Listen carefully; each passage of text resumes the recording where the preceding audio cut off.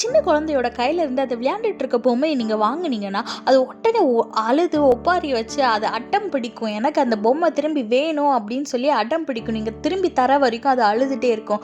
ஆனா அதை விட ஒரு பெரிய பொம்மையை நீங்க அது கையில தரும்போது நீங்க முன்னாடி வாங்கின பொம்மையை நீங்க திரும்பி கொடுத்தாலும் அது வேண்டாம் அப்படின்னு சொல்லிடும். இதே மாதிரி தாங்க நம்மளோட வாழ்க்கையிலையும் தேவன் ஒரு சில காரியத்தை நம்ம கிட்ட இருந்து வாங்குறாரு, நம்மளை வந்து அதை அடைய விடாம தடுக்கிறாரு அப்படின்னா அதை விட ஒரு பெரிய பிளெஸிங் வந்து நம்மளுக்காக வச்சிருக்காரு, அதோட ஒரு பெரிய ஆசீர்வாதம் வச்சிருக்காருன்னு அர்த்தம். அதனால எனக்கு அதுதான் வேணும்னு நீங்க அழுது அடம் பிடிக்காம உங்க சித்தத்தின்படி என்னை நடத்துங்கப்பா அப்படின்னு சொல்லி நீங்க கேளுங்க.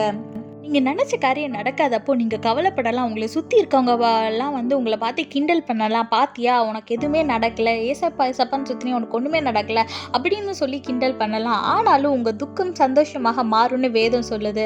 அவரோட பாதத்துல காத்துருங்க, ஆசீர்வாதத்தை பெற்றுக்கொள்ளுங்க. கர்த்தர் உங்களை ஆசீர்வதிப்பாராக. ஆமென்.